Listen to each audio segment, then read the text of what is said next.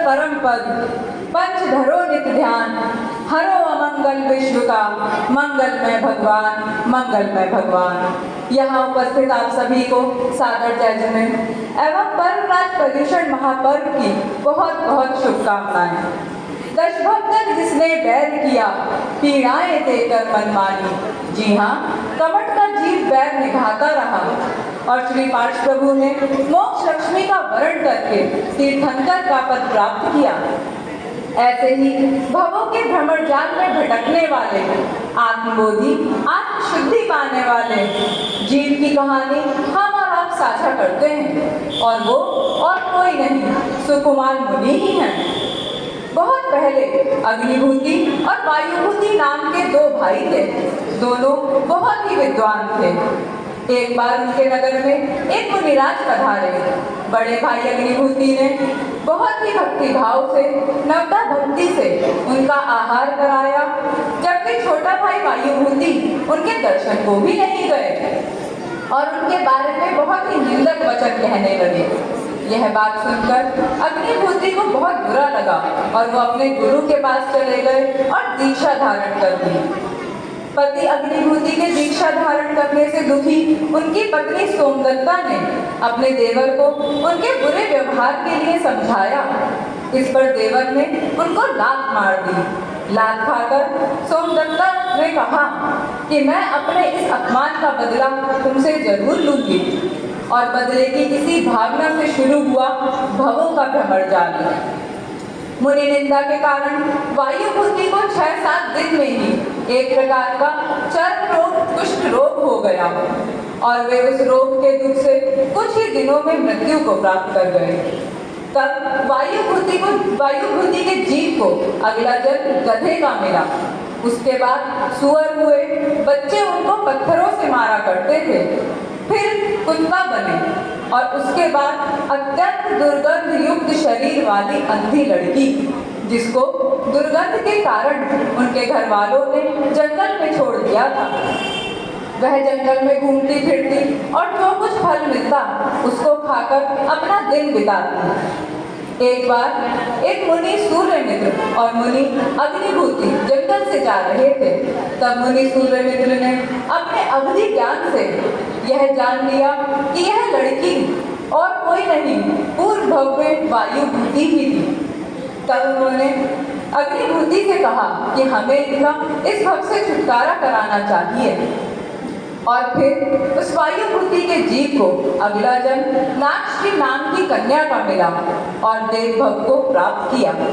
वहीं दूसरी ओर उज्जैनी नगरी में एक सेठ सुरेंद्र दत्त और उनकी पत्नी यशोभद्रा रहते थे।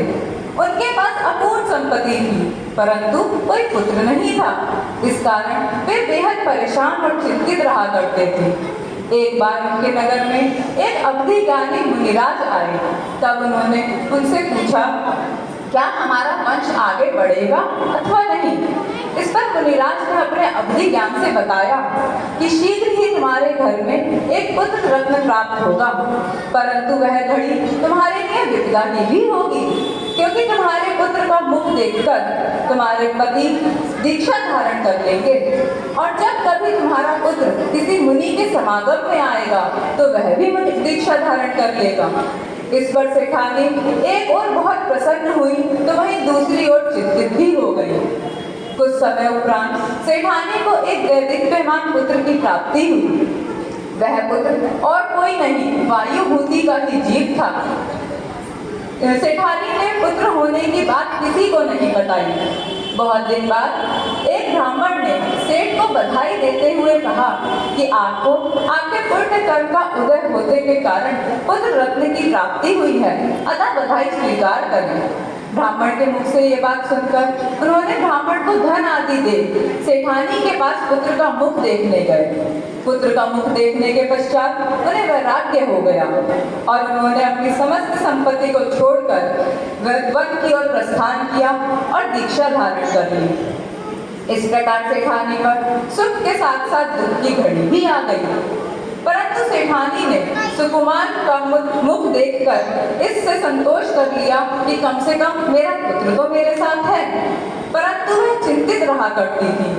उन्होंने सुकुमार का लालन पालन बहुत ही लाड़ प्यार से किया और इसीलिए जैसे ही वो यौवन अवस्था की दहलीज पर पहुंचे उनका विवाह करा दिया और घर के बाहर पहरा लगवा दिया ताकि कोई भी त्यागी व्रती मुनि घर में प्रवेश न कर सके, जिससे सुकुमार को उनके दर्शन न हो पाए।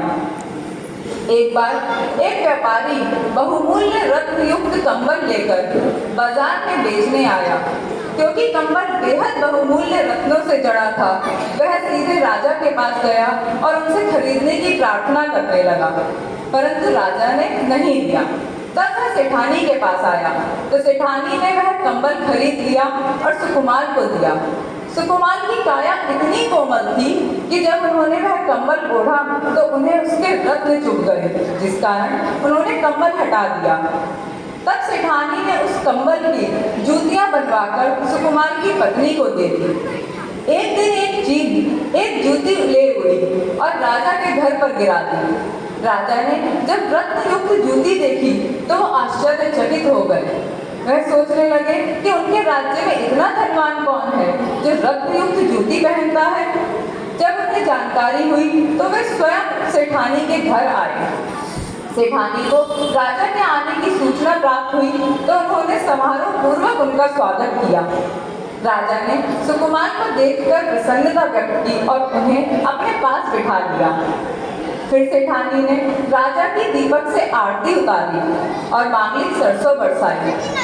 क्योंकि सुकुमार उनके पास बैठे थे, सुकुमार के नेत्रों से पानी आने लगा और आसन पर पड़ी सरसों के कारण वे इधर उधर हिलने लगे। राजा ने इस व्यवहार का कारण पूछा तो सेठानी ने बताया कि सुकुमार का लालन पालन रत्नों की प्रकाश के शीतल प्रकाश के दौरान में हुआ है।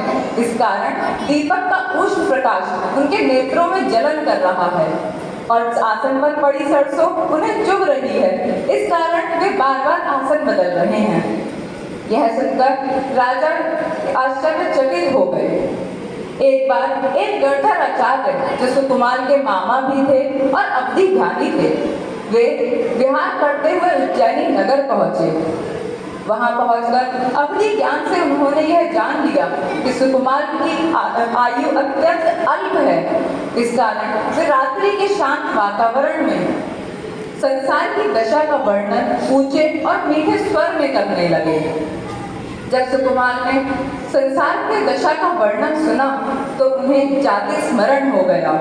उन्हें अपने पूर्व भवों की सारी घटनाएं याद आ गईं और फिर उन्होंने सोचा यह संसार दुखों की खान है, यहाँ किंचित भी सुख नहीं है। अतः प्रातः होते ही मैं वैराग्य धारण मैं दीक्षा ले लूंगा और वन प्रस्थान कर जाऊंगा। यह सोचकर उन्होंने पगड़ी आदि के कपड़ों से एक लंबा रस्सा बनाया और अपने भवन से लटकाकर बाहर उतर गए और सीधे गणधर आचार्य के पास जा पहुंचे। तब गणधर आचार्य ने उन्हें बताया कि आपकी आयु मात्र 3 दिन ही शेष है, अतः आप अपना उद्धार करें। यह बात सुनकर सुकुमार ने तुरंत ही अपने आभूषण वस्त्र आदि त्याग दिए और वन की ओर प्रस्थान कर गए दीक्षा ग्रहण करते हुए। जब वे वन की ओर जा रहे थे तो उनके पैरों में कंकड़ आदि चुभे, जिसके कारण उनके पैर से खून बह रहा था, परंतु उन्हें उसका कोई भी एहसास नहीं था। वे वन जाकर अपनी तपस्या में लीन हो गए। तभी एक गीदड़ी अपने बच्चों के साथ भोजन की तलाश में जंगल की ओर जा रही थी। खून देखकर वह उस खून को चाटते हुए सुकुमार तक पहुंच गई। जब उसने सुकुमार मुनि को देखा तो उसको अपना पूर्व भव याद आ गया और पूर्व भव का संकल्प भी, क्योंकि वह गीदड़ी और कोई नहीं सुकुमार मुनि के पूर्व भव की भाभी थी जिन्होंने उन्हें लात मार दी थी।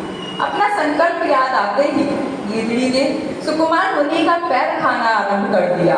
उनके बच्चों ने भी उनका पैर खाना शुरू कर दिया, परंतु सुकुमार मुनि अपनी तपस्या में इतने लीन थे कि उन्हें इस बात का कोई एहसास ही नहीं था। 3 दिन के पश्चात उन्होंने मानव शरीर को त्याग कर 16वें स्वर्ग में स्थान पाया। यह थी कहानी तप तपस्या और त्याग की मूरत सुकुमार मुनि की।